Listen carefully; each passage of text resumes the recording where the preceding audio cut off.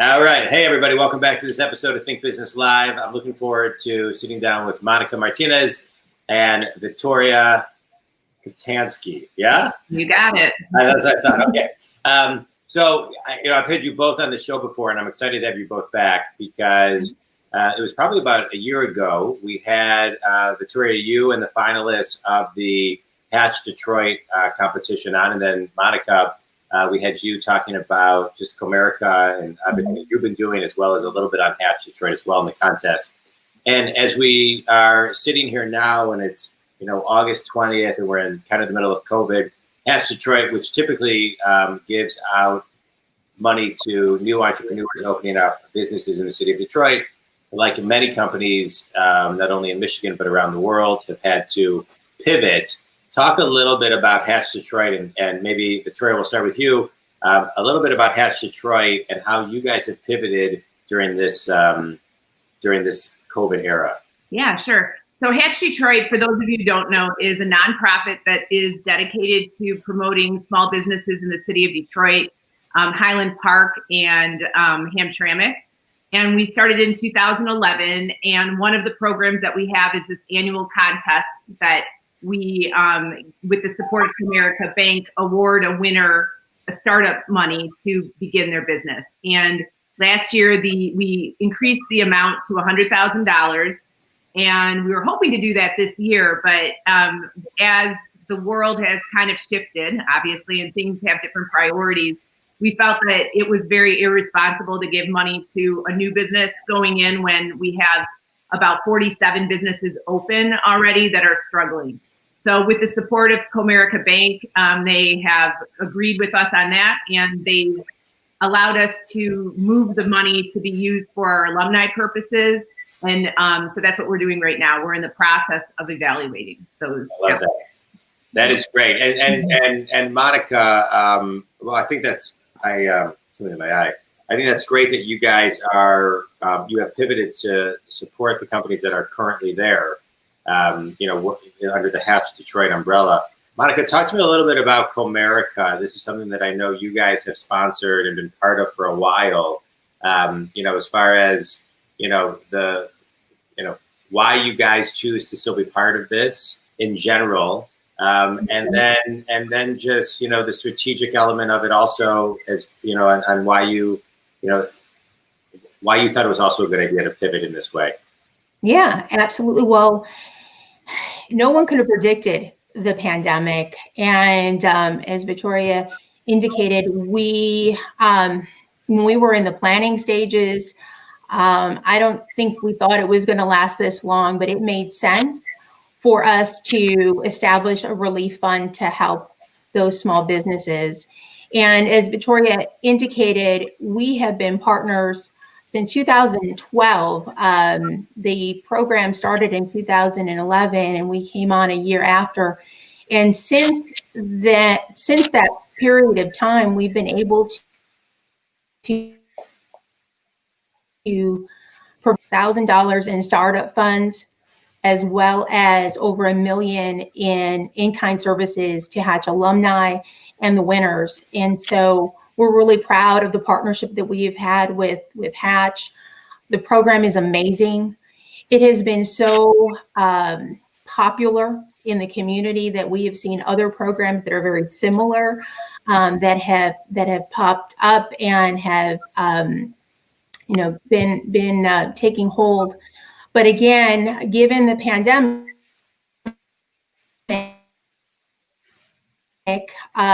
being able to sustain those businesses that are currently out there. And so again, the Alumni Relief Fund made the most sense to give them assistance.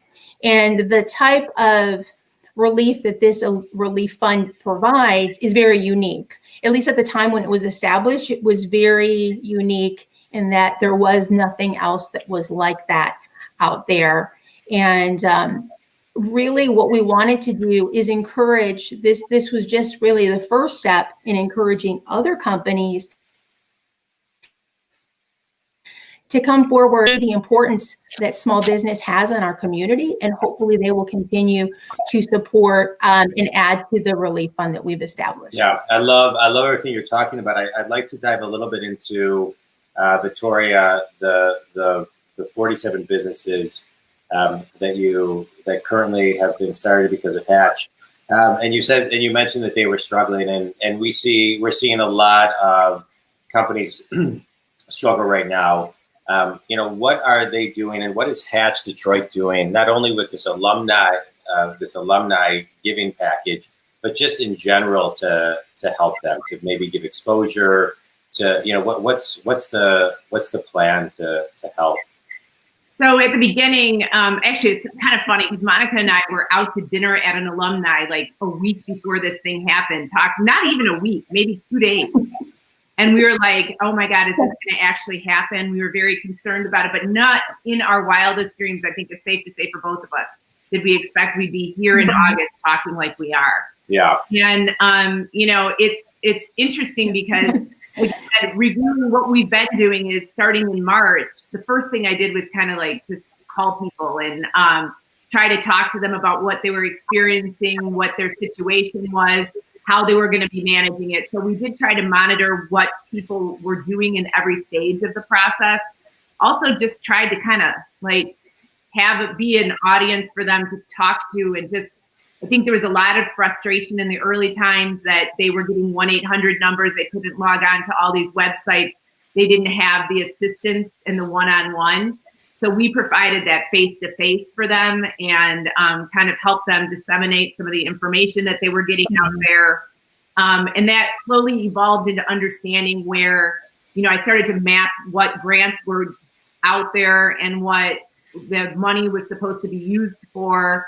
And we started seeing that there was this area that wasn't being taken care of, which was their utilities and their POS systems. We also started advocating to other groups on that. We sit on phone calls that are weekly with the state, local people, government, and some of our funders for businesses.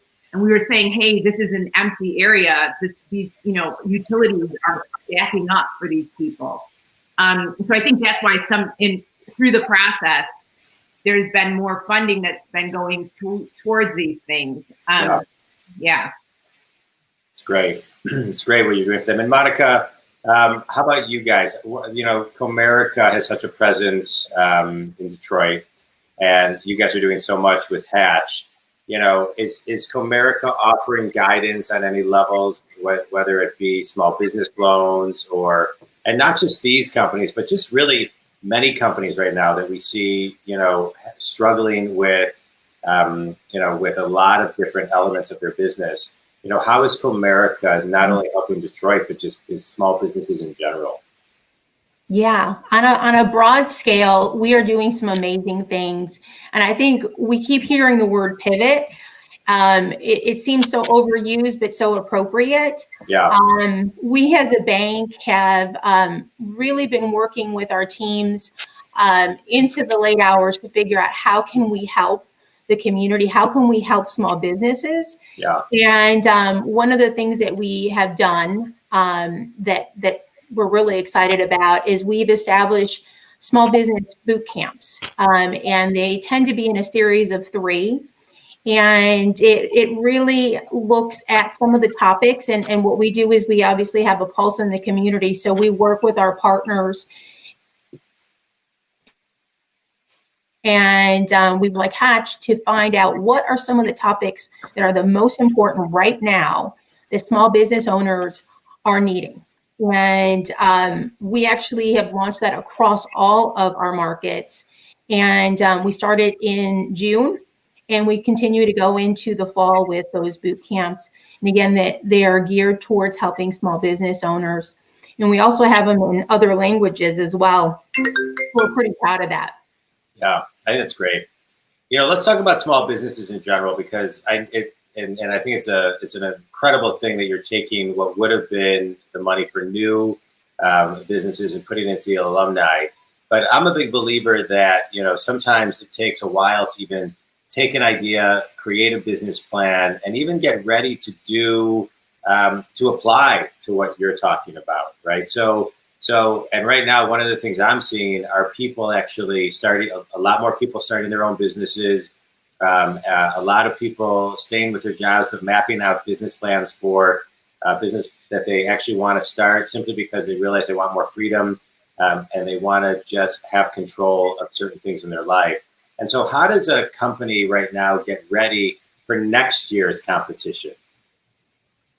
That's a great question. Right now, it probably would be, if I were to tell somebody the advice on that, it would be to really start to do the research that you need to do and to take advantage of the time that you may have at home, if that's something that you're able to do, because we know many people don't have that privilege, is that taking that time to do some online classes and really start to build up your business plan, understand more about what you're trying to do. But I do think that, like, the pandemic has taught us there's no matter what you do, there's no way you can plan for this. Right. So it's incredibly difficult to, I'm reading these applications that are coming through, and we have these, unbelievably successful businesses that maybe last year were making $150,000 in the month of March down to $8,000 in 2020. And when you start to look at that stuff, no amount of planning can help. I know people are like, well, you got to figure it out on your own a lot. Well, this is not that time. They need the support of all of us, and they need the money, and they need the customer base to understand that it's not business as usual right now. Tip more, be more patient, eat more frequently if you can, go out and buy your stuff from local businesses, because it's great. Yeah, no, that's really good advice. And Monica, to somebody who is creating a business plan and starting their own business, and they're looking at it and saying, wow, you know what, I will need some type of loan for this. What I think a lot of people don't even know. I've had people calling me recently, like, how do I get a small business loan? What do I do? What are the steps? I mean, these are business people that have been around for a long, long time. So kind of walk people through, like, what are the steps to getting a small business loan? Well, we have subject matter experts that will take a look at, obviously, the business's financials.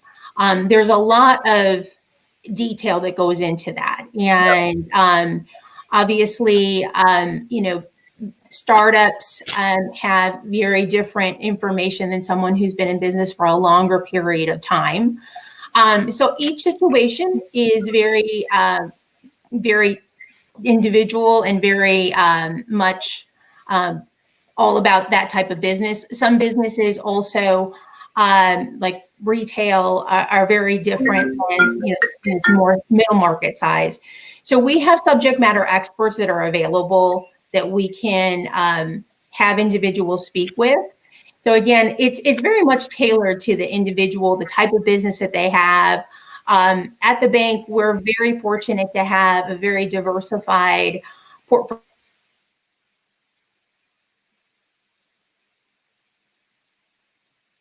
of bankers that specialize in working with dealerships, to working in environmental, and so it really runs the gamut. Yeah. Again, we tailor to our customer.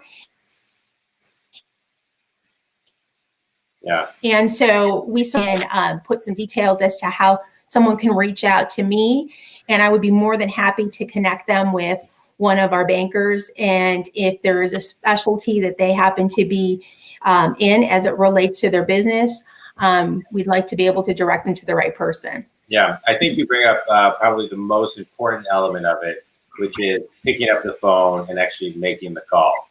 So in this case, reaching out to you and saying, hey, Monica, where can Comerica help me? I think sometimes people are so hesitant to just pick up the phone and call, and so I appreciate that. There used to be this person that would come to, when I was in real estate, they would come to the office and they would give a description of what they did, and they said, but the only thing you need to know is, here's my phone number, right? That's all you need. But that's picking up the phone and calling sometimes is so simple, it's complicated. So I think that's great. So let's talk a little bit about Hatch Detroit, because it's such a great organization, and I just want to give everybody a little bit of the backstory on how it got started. Vittoria, can you talk a little bit about just the evolution of where Hatch came from? Sure. So it started in 2011. Our founder had come back possibly about a year and a half prior to that from Chicago, and he was living in a community that really, while he was there, really changed and became more vibrant by the influx of small businesses. And so when he moved back to, Michigan, he wanted to really be a part of what was going on. 10 years ago, there was a lot happening in the city, not that there's not now, but, there was a vibe of really trying to pitch in and see what could be done. So he kind of dabbled in a few things and then started to research what it would be to bring these small businesses to the community and how we could do something quick, that would have a splash and impact. And so they started the first contest in 2011. And he always says that he had no idea where the money was going to come from. And that if he didn't get the money in, he was going to have to pay for it himself somehow. And, it's kind of but thankfully he met Linda from Forte from Comerica Bank at the time. And there was a lot of interest and commitment. And so they launched the contest and really had no idea how popular it would become. Yeah. First winner, Hugh, is still open, 9 years later. Yeah. Which is amazing. That's really amazing. There's the Chinese proverb, the best time to plant a tree is 20 years ago. Right. And so, it's, I think sometimes people have ideas of things and they're carrying an energy from someplace they came or they see something, and then to implement it sometimes seems near impossible, because they don't necessarily know all the hows of how it's going to happen. But I think when it's in alignment and it has a greater purpose, companies like Comerica kind of step up. And so I think what I love about it is it's so encouraging for all people who have ideas to continually move forward and speak about it. And if you keep it in your head, then you can't let the universe and people work and people talk about it. So things just start to roll out and happen in your favor. And so I just want to kind of highlight, I see that as a business coach, people keep their business plans in their head and then they articulate it to their company. But then the company articulates it one way and nobody knows what to grab onto. And so it's a great story of somebody who had a vision, kind of put it on paper and made a company out of it, reached out to the company, and then Comerica said, hey, we want to be part of this. And now, you have over $1 million that have been invested in these companies, and probably tens of millions of dollars of just people power and strategy to help all these people grow. I think it's great.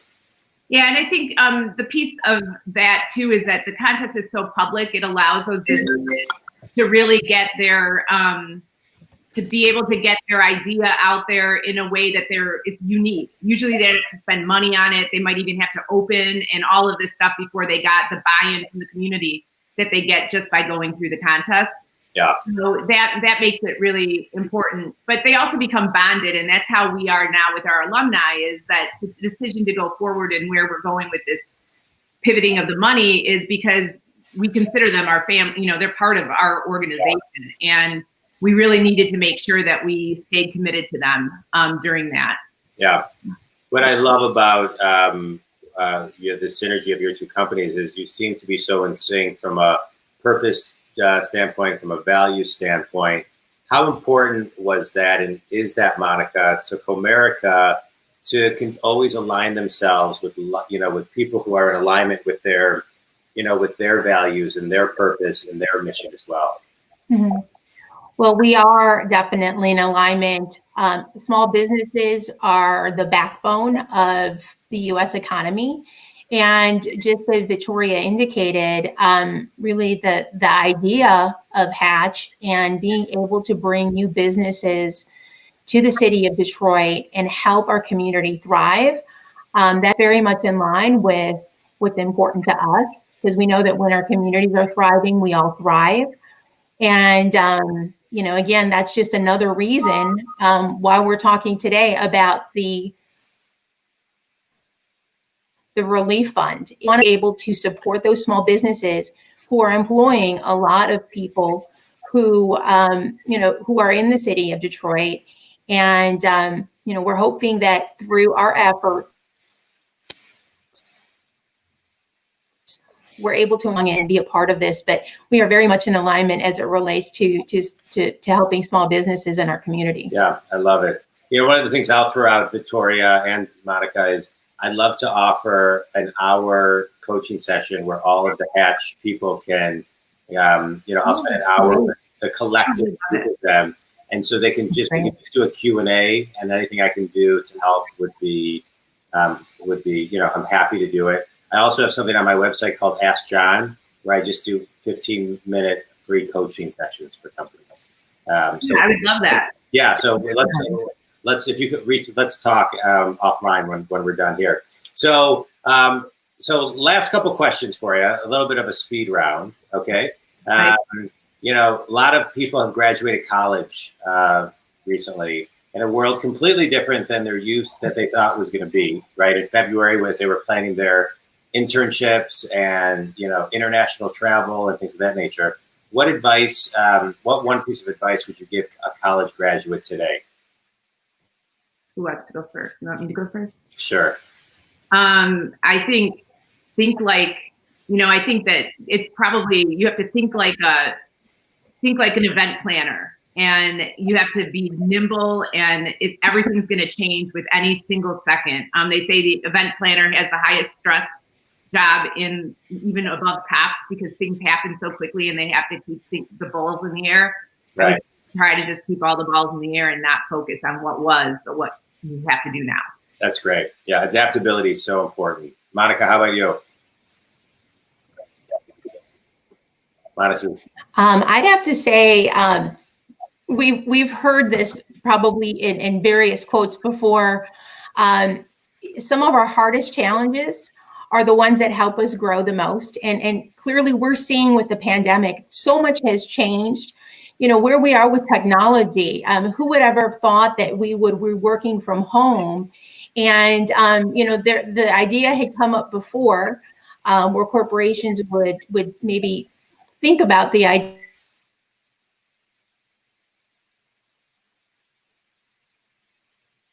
Completely different transformative place as it relates to utilizing technology and potentially working from home in a more permanent way in some cases. And so I would say that change sometimes, even though it may not be comfortable for us, and so we need to be flexible when things happen. And further down the road, we'll see how we were able to grow from those challenges, and it just makes us better and stronger. Yeah, I agree. We're all building muscles we didn't know we even had. Yeah. No, absolutely. Two last questions. Best piece of wisdom you ever received? Monica, we'll start with you. I part of the technology. Okay. The best piece of wisdom you've ever received? Best piece of wisdom that I've ever received. I would have to say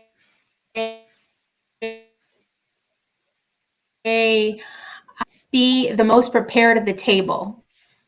That's a good one. That's a really good one. Victoria, how about you? Well, I know the last time you asked me that, I told you about my old boss that threw a pen and paper at me because I came into the office without anything to write notes down. And that was good advice. Constantly educating yourself. But I would say really be adaptable. Adaptable. But I mean, with the community in which you are, don't try to fit into. I'm not saying how do I explain this? Listen to what the people are saying to you, and don't try to impose your thoughts upon them. So when I'm dealing with my business owners, I have to let them just really talk without me talking over them. And I think that's really important to just listen. Yeah, it's great. My last question is fill in the blank. The number one thing I need to do to finish the year strong in 2020 is? Oh, God. You can go first, Monica. Oh. Monica's frozen. Okay, I think spotty. Start getting moving more because with working from home, I tend to sit in the same spot most of the day, and I have to remind myself to get up and do some other things. So I would say establish a better routine as it relates to just getting to be more active even if it's just really doing some laps around my house. Yeah. And you know what I think also, Monica, I think is time blocking that in your calendar, because I think people are getting even more structured. And so you actually have to put it in your calendar to almost force you to remind yourself to do that. I agree. Victoria, that's a great point. Great point. Well, I've been walking to work every morning. So I walk in the alley every day before I come to work, which is just humorous. But I would say, you know, what I've noticed the most that I haven't been doing is connecting with friends and family. And I think having that life-work balance right now is kind of hard because it's all happening in the house. So I think that for me personally, is to connect more with my friends, family, and have more one-on-ones with those people in the way we have to now. That's great. Yeah. All right, Victoria, tell everybody how they can get a hold of you at Hatch Detroit. It's we're at hatchdetroit.com and also Facebook, which you'll see us right now. All right. And LinkedIn. And are you guys on LinkedIn? We are. Okay. And great. And Monica, how about you? How can people get a hold of you? Well, I'm on LinkedIn and I'm on Twitter, and Comerica has a Facebook page as well as the other social media handles, Twitter and LinkedIn. So you can always send me a tweet, a direct message, and get a hold of me that way. Great. Monica, Vittoria, I can't thank you guys enough. Thanks for all the great work you do in the city of Detroit and helping a lot of people grow their businesses and just, you know, reach their potential and make their dreams come true. I've met a lot of people who have been part of the Hatch Detroit finalists and part of the contest. And it's amazing just the energy and the confidence and the courage and the dignity that you give them to do what they love. So thanks to you both. And Monica, it's always great having companies out there that are investing in people.